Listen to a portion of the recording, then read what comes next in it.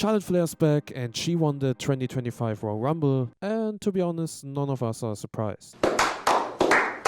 Although Charlotte deserves it and is one of the best female wrestlers of all time, we should focus on another star of the evening who surprisingly and contrary to all expectations, not only set a new record but also delivered an incredible performance in the Royal Rumble, Roxanne Perez. Former NXT champion Roxanne Perez is not only considered one of the longest reigning and best NXT champions since the inception of the Black and Gold brand, but she's also the first woman to last a proud 1 hour, 7 minutes and 47 seconds in a Women's Royal Rumble match. With this, she broke Liv Morgan's record, and it's clear that WWE has big plans for the prodigy.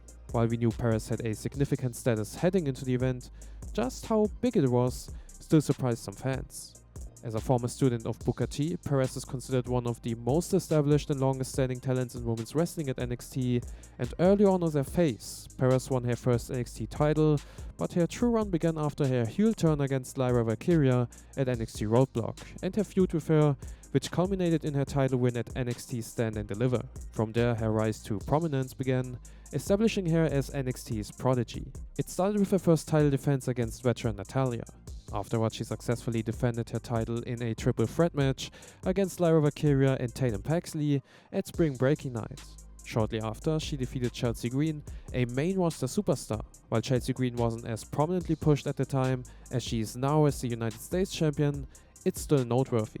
At NXT Battleground, Perez defended her NXT Women's Championship against Jordynne Grace. She managed to retain her title, and next came Lola Rice, who fell to Perez at Heatwave, and then Thea Hale, who was defeated by Perez at the Great American Bash.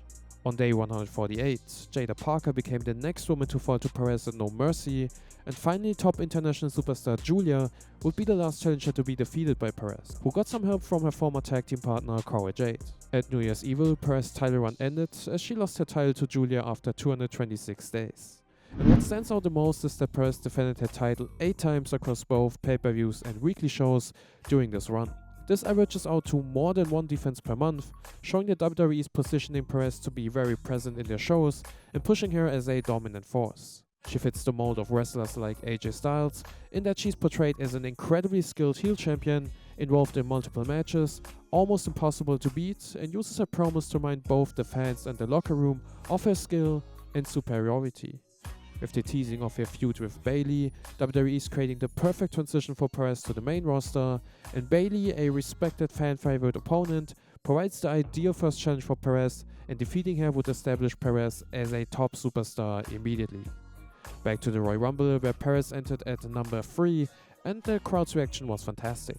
It's often the case that casual fans don't recognize NXT superstars, but that wasn't the case with the prodigy. The crowd's response for her at a main event pay-per-view was excellent, further solidifying her status. Interestingly, she only managed one elimination with Julia at the end of the Rumble, however she still delivered many impressive moments. Early in the match, she faced off against top superstars like Io Sky and Liv Morgan, showcasing an impressive neckbreaker DDT combination that earned her a spotlight from the fans. Throughout the Rumble, Perez remained very present, having moments where she stood strong against superstars like Natalya and Jordynne Grace, with her name being highlighted several times throughout the match. Michael Cole made sure to mention both visually and verbally how many minutes Perez had already spent in the ring, and WWE made a clear effort to spotlight this and build Perez up even further. As mentioned, Perez eliminated Julia, and alongside Charlotte, she eliminated Nia Jax, positioning them as the final 2 competitors left in the match, fighting for the victory and a guaranteed spot in the main event at WrestleMania 41 in Las Vegas. Ultimately, Perez fell to Flair after a big boot, but her impressive second place finish was nothing to be ashamed of. With this unexpected but nonetheless remarkable second place finish at the 2025 Royal Rumble, as well as setting a new Rumble record, it's clear to me. The true winner of the Women's Royal Rumble 2025 is Roxanne Perez.